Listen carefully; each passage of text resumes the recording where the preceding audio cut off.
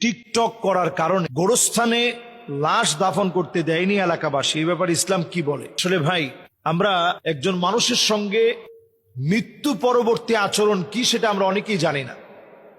একজন মানুষ মারা যাওয়ার পরে প্রথম আচরণ হওয়া দরকার তার খবরটা শুনে এই কথা বলা, ইন্না লিল্লাহি ওয়া ইন্না ইলাইহি রাজিউন।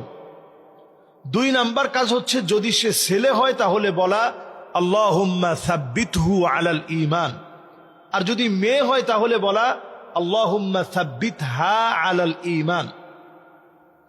3 নাম্বার কাজ হচ্ছে তার যদি কোনো ঋণ থাকে সেটা পরিশোধ করার দ্রুত ব্যবস্থা নেওয়া। 4 নাম্বার কাজ হচ্ছে তার দাফন কাফন, তার জানাজার নামাজ পরবর্তী সময় তাকে কবরস্থ করা পর্যন্ত তার পিছনে পিছনে যাওয়া। তো কবরস্থান অথবা কবরস্থ করা এটা একজন মানুষের মানবীয় অধিকার।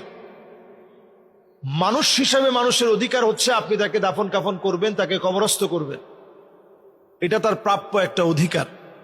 এই অধিকার আপনি নষ্ট করতে পারবেন না, যদিও সে অনেক বদকার, যদিও সে অনেক খারাপ, অনেক অন্যায়কারী, অনেক বড় সন্ত্রাসী, অনেক বড় টিকটকার, অনেক বড় দুশ্চরিত্র, অনেক বড় লম্পট, প্রস্টিটিউট, যাই হোক না কেন, আপনি ওই কবরস্থানে যদি তাকে কবরস্থ করতে না দেন তার অধিকার আপনি নষ্ট করলেন।